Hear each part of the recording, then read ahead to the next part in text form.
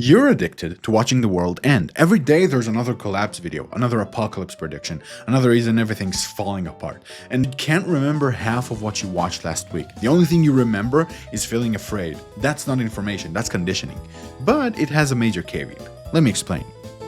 Open YouTube right now. How many videos on your feed are about things falling apart? Economic collapse, social breakdown, political chaos, climate apocalypse, AI takeover. You click because it feels urgent, important, like staying informed about threats. But here's what's actually happening.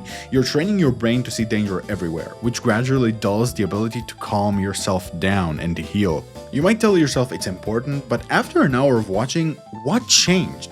You didn't take action, you didn't learn a skill, you just absorbed more fear and scrolled to the next video promising to make you even more terrified. Doom content works and sticks because your brain prioritizes threats. Evolutionary mumbo-jumbo, your brain wants you to survive, so it constantly gauges your surroundings. Missing a cue could mean death, so bad news sticks harder than good ones, naturally. One scary headline outweighs 10 positive stories. Doom creators know this. They engineer titles for maximum alarm. This changes everything. We have 6 months. They're not telling you this. AI poisoned our water supply, burned our crops, and delivered a plague onto our houses. Did it happen? No! But YouTubers realized waiting for that to happen isn't profitable. The format is always the same. Problem is massive, timeline is urgent, solution is unclear. You're left anxious but without actionable steps, so you watch the next video hoping for answers and get even more fear instead. Their model, as rotten as it is, works.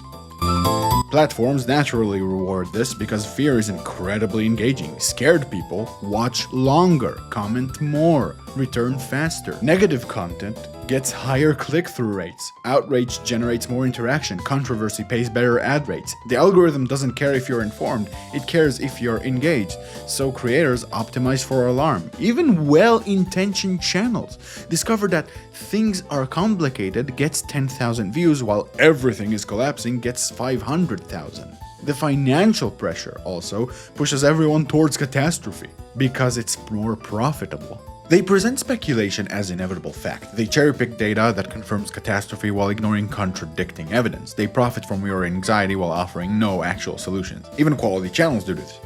Eventually you stop questioning the pattern. You're in too deep. Your feed is full of collapse content. Your recommendations reinforce the worldview. You found communities of people who see the same threats. You move from concerned citizen to someone who knows the truth. Anyone not panicking is naive or complicit or a liar. You start seeing threats everywhere because that's what your information diet trains you to see. And action becomes paralysis. Why plan for a future that won't exist?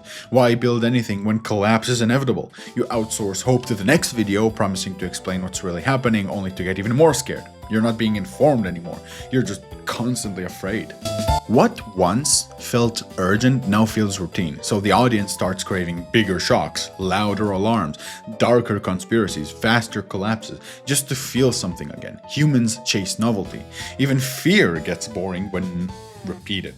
That's why every final warning needs a sequel.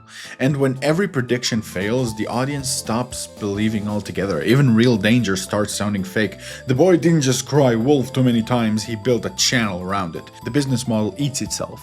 To stay relevant, creators have to outdo their own panic until they either burn out or radicalize. The curve can only rise so long before the system flatlines. You don't have to be optimistic or start boycotting these channels, but you do need to be honest with yourself. Ask this: did this video change an action I'll take this week? If not, take it as entertainment, not information. Swap one Doom channel for one that provides probabilities, timelines, and actionable steps instead of vague catastrophizing. Doom is easy to produce and addictive to consume, not all forms of Doom, mind you, but it's destroying both creators and audiences. The apocalypse has been imminent your entire fucking life. You're still here, you're still making decisions, the world is still turning. Problems exist, real ones, and I am not telling you to ignore them, but constant catastrophizing doesn't help you solve them, it just keeps you paralyzed and clicking. Thanks for watching, and as always, have a pleasant day. I bought a new microphone, by the way. Also, watch my tomatoes video, I love tomatoes.